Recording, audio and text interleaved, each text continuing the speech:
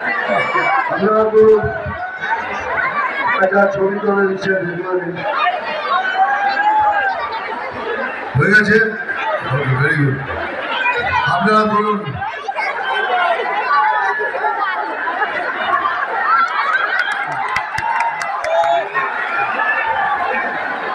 আপনারা বলুন,